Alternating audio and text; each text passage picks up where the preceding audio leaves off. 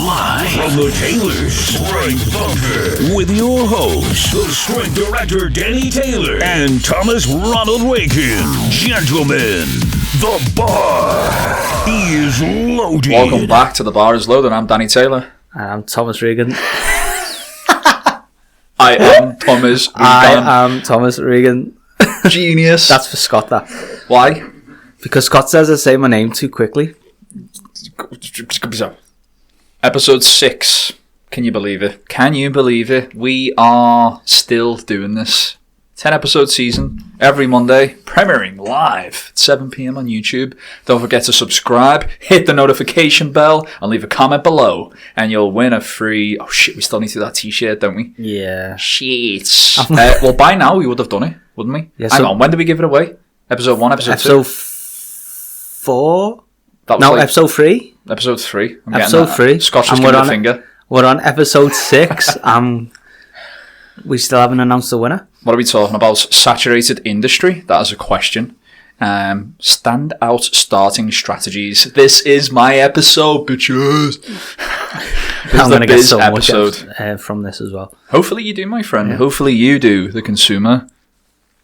Anyway, so this is about how to start in the industry. So, you're a gym owner, you want to be a gym owner, you're a PT, don't be a PT, you're a coach, you're a physical therapist, whatever, you're in the industry and you want to start a business, you could probably take something from this regardless of what you're doing. Yeah. I think there's probably some general advice in here which is going to be beneficial, and then more specific industry related advice. Is it a saturated industry? That is the question we need to answer. I think in short, TLDR, it is, and definitely seems like it is when you're starting, and it's very daunting and it's very intimidating, I guess, because there's so much, there's so many. Everyone wants to be trainers. Everyone wants to be a PT nowadays. Everyone knows someone who's mate's got a level 3 PT though. Do you know what I mean? Yes.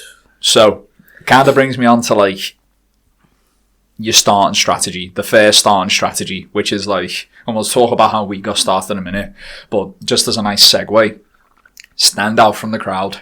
You need to be able to do something different. Yep. You can't just be, my mate's got a level 3 PT though. Purple cow. Right? Be the purple cow. You liking it? Yeah. Fucking sick, innit, bro?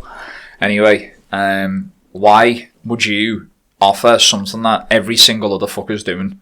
Why would you label yourself with every other single fucker? Like, why would you put PT in your name or whatever, right? That is a little bit of a harsh stab, but that is the stereotype, isn't it? Yeah. And I'm telling you, people who are like genuine athletes or whatever kind of see through it, and they're looking for people who are coaches who invest in them. So this is where like you need to really do something unique. Think about how you can niche. Think about who your demographic is. A demographic is like, where are your lifters or clients? Yeah. Where are your athletes? How old are these people? What are their interests? When we talk about psychographics, what are their behaviors like? What do they eat? What do they drink? What colors do they like? And it gets really specific. And this is where you can like collect data so you can leverage your marketing and stuff like that. But that is much further down the line. Ultimately, you need to just know who you want to be your ultimate client and then work backwards. Yeah. Work back from there. Start at the top, you're going to know. Then you'll probably get about 1,000 more no's until you get one yeah. And then you start. The Gary Vee thing. Right? Yeah. And people have been saying this for years, by the way, before Gary Vee got popular on YouTube and then started saying it.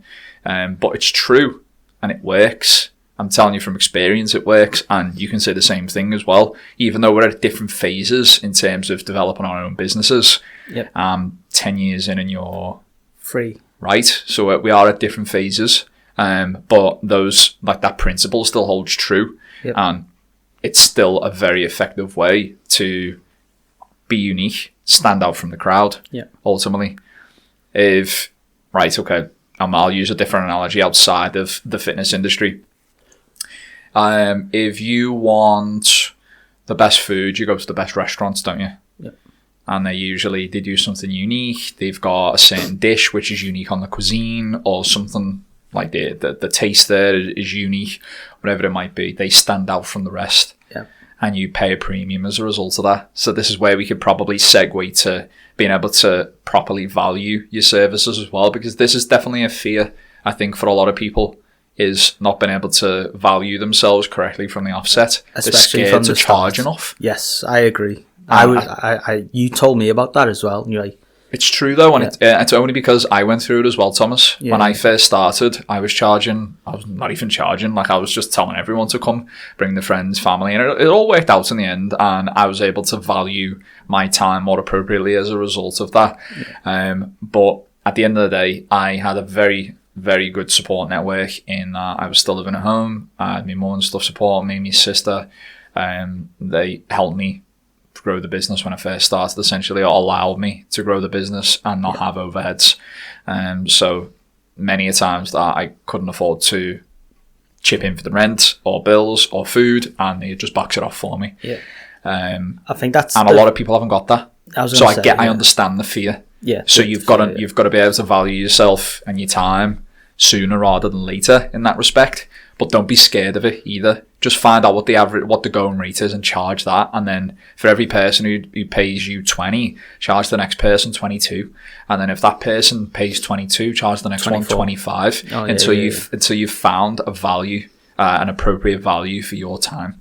Now I'm charging like 50, 55, 60 quid an hour because I don't want people to use my time now. Yeah. You know, that's how much I value my time. And people might be like, oh, well, you know, fucking, it's all right for you, isn't it? You know, you've got the gym and stuff. It wasn't fucking given to me. I earned it. I've done the 7 days a week, charging nothing, giving people stuff, giving people freebies for years. I fucking grafted for this, so I don't want to fucking hear that. You can fuck right off if that's what you think. I feel people at the start, when they start their own businesses, they don't understand the intrinsic value you give to people without getting an extrinsic value back. Love that. For me, for example, like I've only got a couple of clients. Obviously, pandemic. Watch the table. It's only because what I just said. Because of the pandemic, I'm not getting that many clients. It's so hard for self-employed individuals right now. Yeah. And especially people who've started their own businesses recently who have not got anything to show for it. Yep. Or even like HMRC records, therefore they don't get support. Fucking bullshit. Yep. It should be based on your recent income. Yep. And your expense. It should be based on your cost of living, your expenses. Yeah. How much is your rent? How much are your rates? How much are your bills? Yep. That's what it should be based on. Your outgoings. Yeah, and not just your income. Right. Yeah. But what was my point going to be? Oh, sorry, mate, yeah. So no. My point was going to be, so like intrinsic value. Intrinsic value. So you're putting so much content out there and not getting much back. Even if a pandemic or not, people still fear that, like they're not getting enough likes or they're not getting enough. They're not getting enough like they're not getting enough recognition. Yeah. They're not getting enough recognition for the intrinsic value they're putting out. Yeah. And they just quit. And as a starting business, you need to. Even I still do it sometimes, and it's bad, and I know you will as well. If you don't get a certain amount of likes on something, you're like, well, is that content valuable? Should I still continue to do it? So I get it, but not everyone engages. Yes. A lot of people are sitting on the sidelines. Your next big client could be sitting on the fucking right. Your next big client could be sitting on the sidelines just consuming. So don't get caught up too much with the analytics. Yep. Analytics that are valuable though, and I know we're kind of all over the place here, and we will kind of have a bit more structure to this in a sec, but since you brought it up, the analytics to look at are the views. People are actually engaging with the content, and the engagements, I can't remember what it's called, the bounce rate, the bounce rate, the follow to like ratio, the bounce rate, how long are people engaging with the content for? I think that is way more valuable than who likes it or shares it or whatever. Yeah. People who like it and share it are comfortable engaging with your content. Yeah. People who share it, like they're the people who you want to be giving your attention to. All goes down in a DM, another Gary V thing, and it's true. Network marketing, that's another one. But just to kind of bring it back so we've got a bit more structure.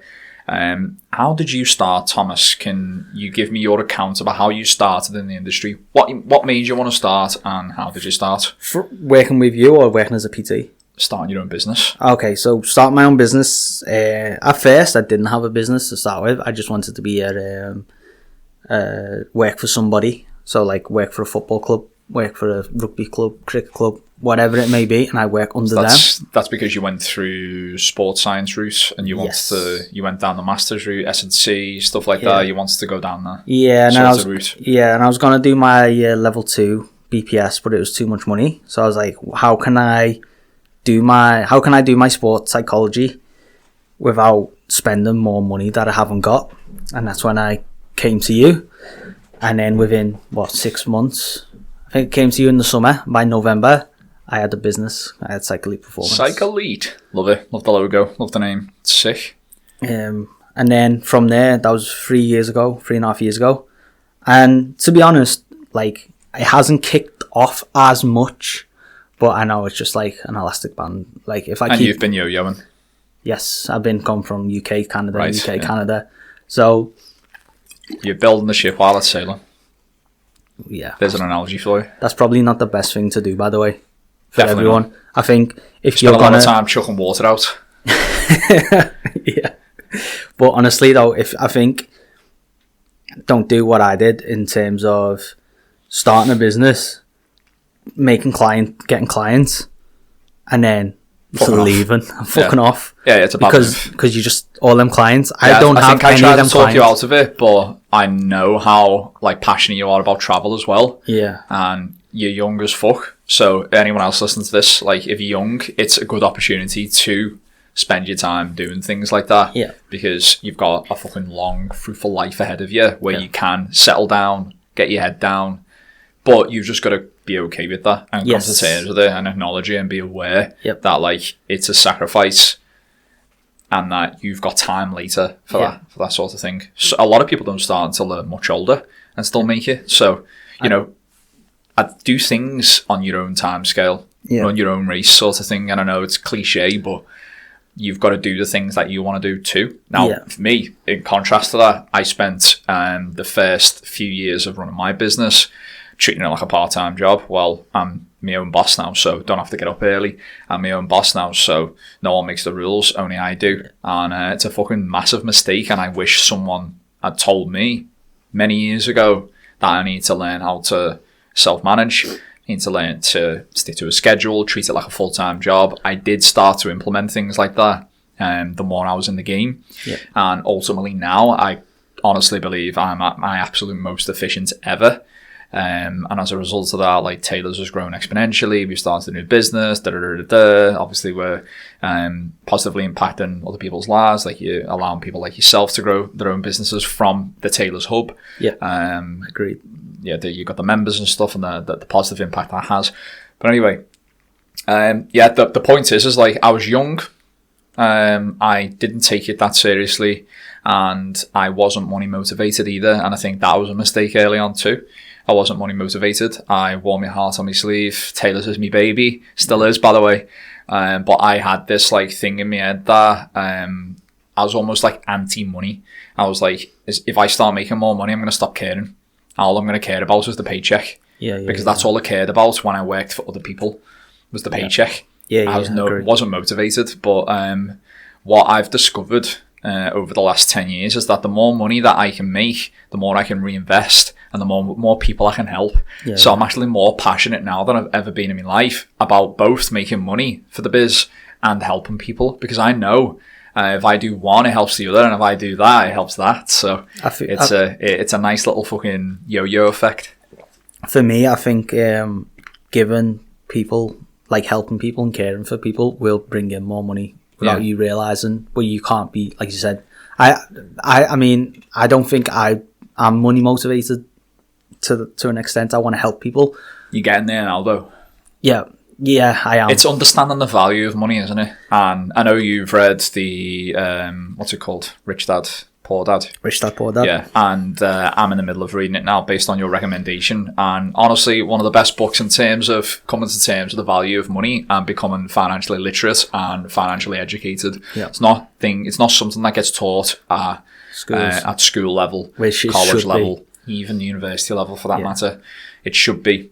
because these are real life things that you've got to deal with: paying bills, learning how to build your asset column, versus just being able to make money and then pay tax and then take a little bit, if that, pay off a mortgage, pay off a loan, whatever. And then take a small chunk when everyone else is getting the rest of the pie. That's that you're working for, by the way, that you've baked. Well, I was going to say that's the whole premise of you go to school, go to uni, get a job, die, get a house, pay off bills, have kids, let them do the rest of it while all the fat cats get rich off your work. Yep. But we've gone against the 99% grain. of the world's population are like this. Yep. 99%. So I think if you're on the sideline here, you're on the fence about whether or not you should start your own business, just fucking do it. You will not look back, but you've got to be prepared for... I wouldn't go all in on it either, personally. The biz. It just depends on your financial commitments, doesn't it? Yes. So if you've got kids and that, don't. Right, yeah. So you've got to be smart at the same time. I would argue go all in if the context allows you to go all in, if your circumstances allow you to go all in. Yeah. Definitely take the leap. But it's got to be a calculated one. Don't just go in blind. Make sure you do your research and you've got everything in place, including a contingency plan for if it doesn't work out. But you need to know in your mind that it's plan A or plan A. That's the sort of mindset that you need if you want to win, if you want to get ahead and you want this to be the rest of your life. You want it to become something, because it is your life. When you start, it is your life.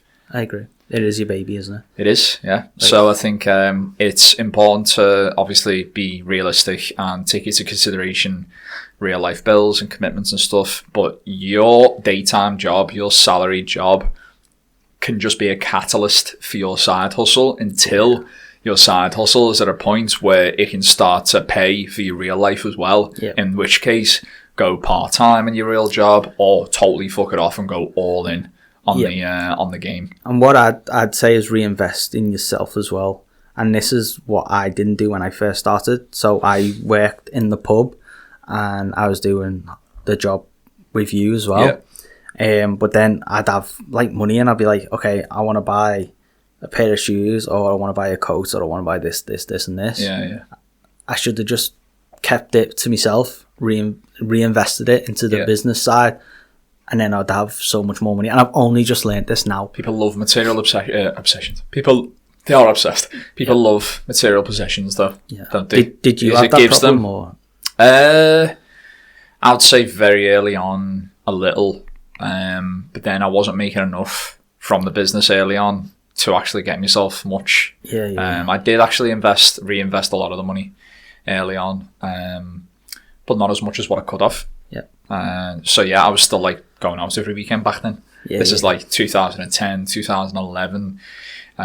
Started to get more serious when I started competing myself, and then started to grow my own sort of thing. Yeah. And then as soon as I moved to Taylor's, opened my own facility in Wavertree, then it started to get even more. I had to take it more serious at that point. I had no choice, and I'm glad. Actually having real bills and real overheads, and then I moved out not long after opening that facility too.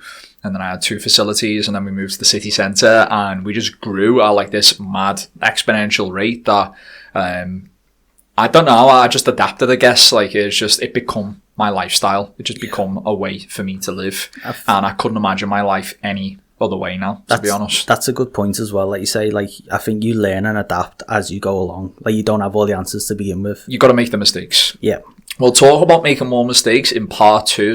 Is it a saturated industry? Let us know what you think down in the comments. 20 minutes? 20 minutes? I could talk about this for fucking hours, you know. That only felt like 10 minutes. I could talk about this for 2 hours on my own. Just get a cardboard cutout.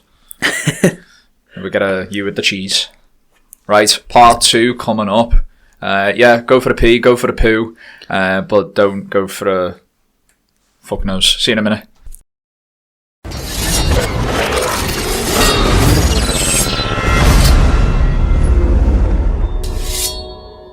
And we're back. It's part 2 of Is It a Saturated Industry? The fitness industry, that is. Let us know what you think down in the comments. Or don't, whatever. And we'll just keep winning. But anyway, we were talking about how we started out. Is there anything that you want to add from how you started out before we talk about my endeavour to greatness?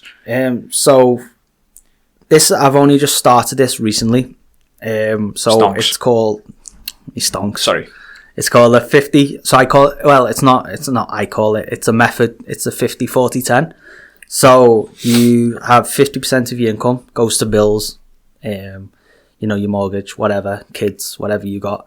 40% personal. Your life. Yeah, your life. Okay. 40 you invest in either a business or invest in yourself, and then 10% is yours. Like 10% you can go for pizza. I like that. Or Mackie, whatever. You know what? What you're describing here is a similar principle as you can use for training and nutrition as well. Yeah. So like the rules are the same, aren't they? Yeah. Almost. Yeah, the rules to win are all the same. Yeah. I like that. It kind of ties it all in nicely to the specific, like the context of it, of what we're doing too. Yeah. So I'm gonna put it again, like in my personal experience. So the money that you give me, that's for What context. money? For context, I don't think you'll mind me saying this, hopefully. Crack on. So I'm on minimum wage in the gym. So I work 6 hours. So that's 50, 60 quid a week. Yep. Right, that's 60, 120. 200 a month. 200 a month. Ish. Right. So 50%, well, because I'm not making any money from my personal training. So I'm on... what's it called? Universal credit. So working tax credits and all that. Yep. So the money that I get from you, I reinvest into my stonks, into my portfolio. Lovely. And then until I start getting paid more. You're on more than me, by the way. I don't pay myself fuck all. It all stays in the biz. That's what I'm going to try and do. It all stays in the biz. It all gets reinvested. We've made a couple of investments here recently. Say nothing, Thomas. As you know, it all stays in the biz. At the end of the year, my accountant goes, "Oh yeah, so you've paid yourself this much." I'm like, "No," but okay, yeah, for obviously tax purposes, I need to. So yeah. Rich dad, poor dad. Right, yeah, but like it's you just got to be financially smart, haven't you? Financially literate. You've got to know what's going on with the money, and I think that's an important lesson. Get a grip of the finances from day one. Yes, everything that's coming in, everything that's going out. You've got to be able to paint a picture of what's going on. You've got to know where you've been, where you are, to know where you're going. And so you can plan ahead. You can use that principle, like what is it? 50-40-10? Bang on. Love that. The thing, and you don't even have to do 10, you could do like 5 if you really wanted to go fucking ham on it. Yeah. If you want to go so all in. If you live a boring, simple life like me, then you could just keep it all in the biz or put more into the... So that's why I don't pay myself. Yeah. You can just put more into the biz as a result of that. Yeah. Why not? I mean, look at me, I'm a fucking scruff. I'm sitting in my own hoodie with Primark pants on, some fucking 20 quid Under Armour shoes that are fucking talking to me at this point. I've got holes in my socks, my boxies, but I've got something, haven't I? Something. And as a result, I can make it even back and grow it. Yeah. And I think... Feed the beast. And I need to... And I have started to get out that mindset of when I get money, I need to spend it. You don't need to spend it. And I think people get put into that trap. You've got to be able to distinguish investing and spending, haven't you? Yes. 2 different things. Yes. Exactly. What's investing? It gives you a return. Yes. There's a return on your investment. There's not a return on what you've spent. Yeah. Once it's gone, it's gone. Yeah. If you buy a new coat, who's going to buy Creates it for the same price? Yeah. Who's going to buy it for the same price? Yeah. Well, you can put it into investing and you can get maybe 5, 10, 20. You can buy and sell coats. How about that? There you go. Drop shipping.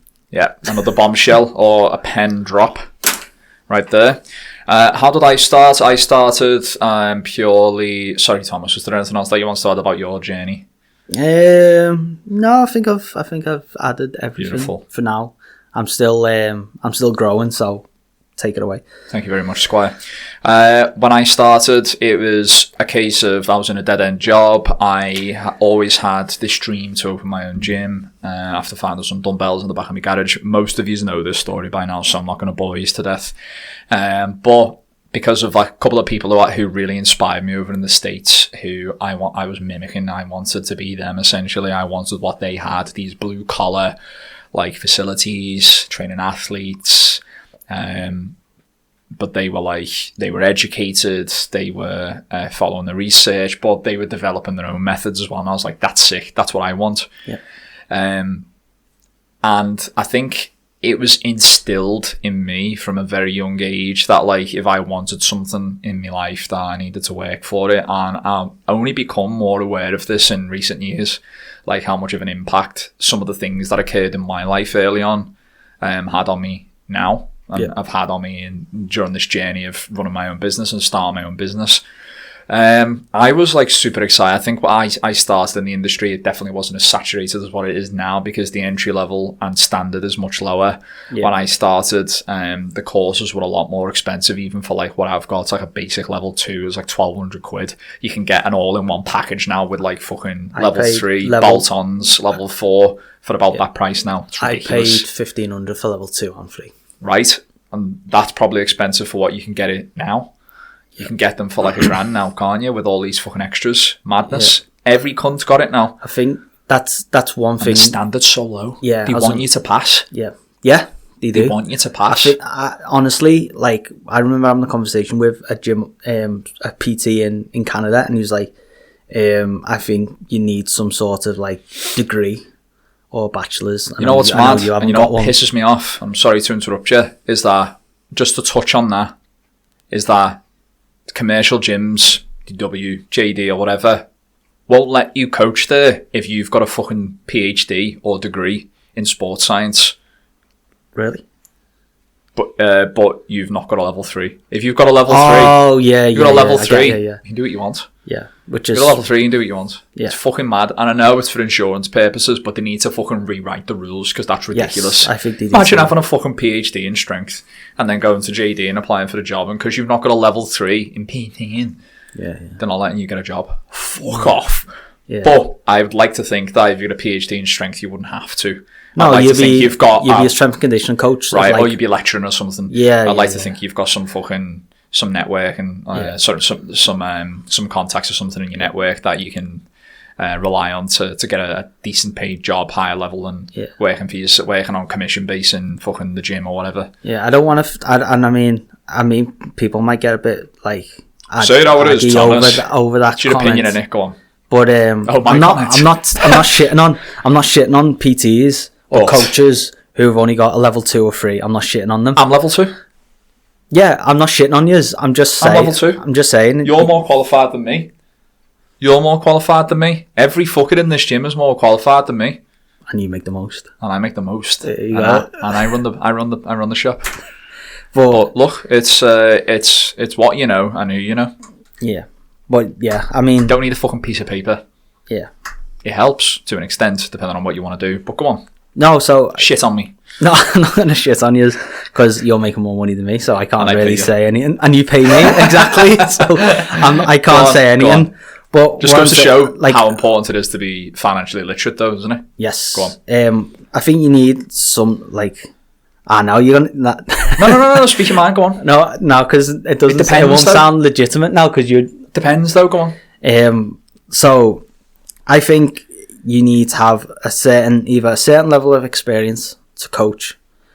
So that could be 10, 15, 20, whatever, 5, 10, 15, whatever years experience coaching. And I think you need to like always try and become better at coaching as well. I couldn't agree more. Which, by the way, even though that, like, when I was running my own business, I had aspirations to go and do the level 3.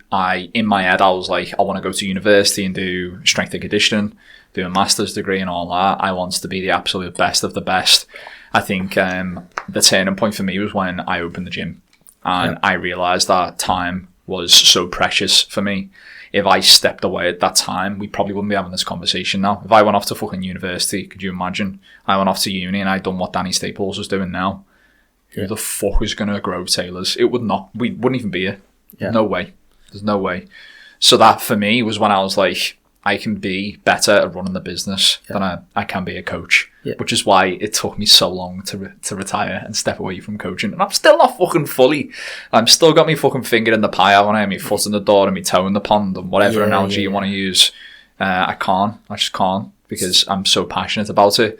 But what I have done, which is where you need to be smart and like financially literate as well, but also just like have good awareness, is surround yourself by people who are better than you, which I've done. Yourself. Me, yeah. Well, I wouldn't have been Danny, Adam, Joe, Carla, They're all more qualified than me, and they all bring something different to the table. Yeah. Sally, Nicola, who else have I missed? Anyone else? Me. You. I said you. The first one I said. That's it, isn't it? Rewind it. I said Kim, first. when she was here as Kim, well. everyone, right. Yeah. Everyone brought something different, and they were all better than me in so many different ways. Yeah. One of the best coaches here now who's got a master's, right? If I need to know something, I'll just ask him. If I need to know something about sports psychology, I'll ask you. Strongman, Chris and Adam. I didn't mention Chris. Chris and Adam. Oh. Sorry, Chris. Oh, no. Chris is going to think this whole episode's an attack on him again now. But, I mean, but all these coaches have had numerous years of experience. Right. Or Coach been so through many uni people. or whatever. Yeah. So, They've got legitimacy. yeah. And I think that's what you need to find in a good coach as well. If you're a consumer, you need to find people that know what they're doing and like mimic on like social media and stuff, and they're giving out good, free, knowledgeable, scientific content. If you don't want to go and do all this stuff like what I haven't, like you don't necessarily have to go and do it. The information is out there. You've just got to know where to look. Yeah. And surrounded yourself with people who are more knowledgeable on certain subjects. Danny Staples, for example. If I need to know something about how the body works, my go-to man is Danny Staples. Yeah. If I need to know about how compressive forces work when I'm doing weightlifting or any movement for that matter, I'll go to Joe. Yeah. If I want to know how to lift a fucking stone, I'll speak to Chris and Adam. Like, if I want to know leverages for powerlifting, I can speak to Danny Lee and Lauren. I didn't mention Lauren. We've got so many. I'm sly, aren't I? I've got so many great people here now. I'm just like, I can't keep count. I'm overwhelmed. But everyone's fucking great and brings something different to the table. And the point I'm making is that, like, surround yourself by people who are better than you. Yeah. And then you have essentially got a fucking contact, someone who you can network with and rely on to get X information or point you in the right direction or put you in touch with someone who does know. Yeah. Yeah. And you can have a level 2 and do that. Yeah. But if you want to get ahead, you need to start thinking about how you can develop your own skills, and you can do that by doing CPDs, university courses, fucking whatever, workshops. But to be fair, I'm gonna, like, with you though, you did do a business course because that was your, like, for the coaching side, you thought you knew that investing in the business side would be more relevant for you. Yeah, I think at that time where I mentioned before, that turning point where I was like, I know I'm probably going to need to lean more towards running the business here if I want this to grow, and I tried for so long to do both. Yeah. Burning the candle at both ends, mate. Not a good that's why I prefer to be all or nothing, you know, which is why I prefer to be like the all in or all not. Yeah. Because you just can't be all in at all. Yeah. Like, it's fucking impossible. Like, you're never going to be great at one. Jack of all trades shout and all that. It's true. You're not going to do it. So at some point, push comes to shove. Something's got to give. I've developed such a passion for this now that there's no regrets. Like, I know that this is where I need to be right now, and it might change in 10 years. Yep. Someone else might be the strength director, and I might just be fucking on a fishing trip somewhere. That's an inside joke. I think I've made that twice in the season. What a divvy. You'd be chilling on the beach in Cyprus. You know it. Yeah.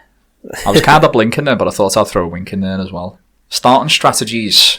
As you can see behind me, if you're on this camera here, this wall behind me is full of mind maps, pieces of paper with just segments of my brain, different ideas that I like to expand upon. This helps me sleep at night as well. People think I don't sleep. I sleep for 8 hours despite the bags.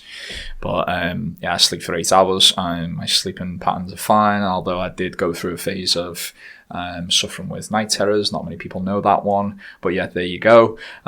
Slight tangent, but context is important, as we always say. That is the theme of this season, isn't it? Yes. Context. It's important. It's always important.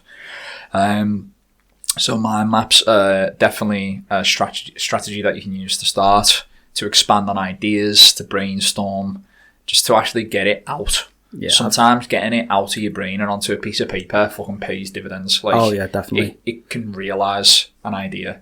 Yep. It can start to put things in place for that idea to become a fucking reality. Yeah, I love that. I think whether it's a piece of paper, a notebook, a mind map, whether you get it on your phone, on your notes, Anything just to get it out your head. Get it out. Make it real. Yeah. Talk about it with someone. Get it down on a piece of paper and make it a fucking reality. And for vision me, boards. Vision board, yeah. Just starting. That's the biggest one, isn't it? Just actually. People are scared to just start. Well, I've got fear as one of the notes, and how it really stops people from like doing something that they're passionate about, and doing something that would replace their monotonous life of 9 to 5 in a job. Yeah. That may be dead end, working for the government and essentially giving all the pieces of that pie to others. Yeah. When I couldn't do that. It's your fucking pie. Yeah. You know? I couldn't do you're that working anymore. for that money. Yeah, definitely. Right. And you work, you live to work, you don't work to live. Yeah. And live to work. And I think just starting, the fear of people saying, oh, what are you doing that for, lad? Or that's doubt. never, doubt, the naysayers. They're stuck in that loop, that's why. Yeah, they're stuck in the rat race. The rat race. Great minds, you see. Yeah. Entrepreneurial minds. It is the rat race. It is. It is, yeah. It really is. Yeah, fear is definitely a barrier that needs to be overcome. Yeah. You need to take that initial leap, put it out there, set up the Instagram. That is the easiest thing you can do. It's free. Social media. So, all these digital tools that are free now that you can use. Canva, Hootsuite, InShot. Like, we use them now. YouTube. Right? Yeah. There's so many. Google Calendar, Asana for project management, task management, being accountable to yourself. I Notion. could fucking go on and on, but Scott, give me the fingers again. Oh, no. I could go on and on. Notion. Give me the finger. There's just so much, isn't there? There's so much. Like, you just, as you said, you just need to take the leap. You need to fucking just ignore everyone. Go for it. To an extent. Right? I think I said it in a recent episode, and I don't know whether it had like an impact on anyone, and it is a Gary Vee thing again, but like, you're going to die. Yeah. Time is not on your side. So, and again, a Gary Vee thing, and it's all cliche, but if you look beyond the Gary Vee, the initial image, and look at the deeper meaning of what he's saying, the metaphor, if you like, the philosophy behind it, it's true. Like, if time is something that you've got a lot of but not got much of, you know, so you need to be like very speedy, and you need to take chances, and you don't want to regret anything right now, but also have patience in the long run, and be realistic about your goals. That was the one we didn't talk about, was patience. Like, you've just got to ride the wave until you start making money. Definitely. And don't regret. You don't want to be on your deathbed regretting what you didn't do in your life. Right. Exactly. So you're literally you're gonna die. So what the fuck are you gonna do about it? Yeah. You're gonna sit there and stay in the rat race forever. Start putting things in place now to relieve yourself of that. And be happy. Yeah. Be happy for what you want to do. Exactly. And then, don't make money for someone else. Yeah, make money for yourself. Live off your pension, your government pension, which is shite as well. And then they still take pieces off. I know. Right?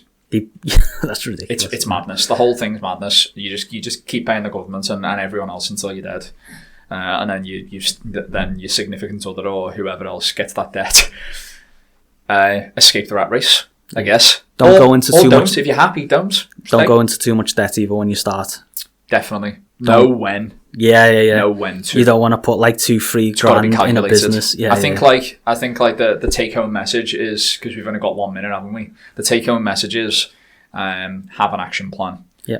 Do a mind map. Have a thought process. Watch videos. If you've got nothing going on, go all in and fucking take a leap and start right now. Yeah. Or don't be a fucking scuzzer and sit on the Xbox at home. Yeah. Whatever. If you're happy, you're happy. Yeah. And then conversely, if you're in the rat race, do what you can now to use that as a catalyst to grow your own thing and build the side hustle. Thomas, any closing comments? Just be happy. Know when you want to start your business. And if you got that instinct to start, just start. And don't care about what anyone else says. Beautiful. Right, we'll see you next week.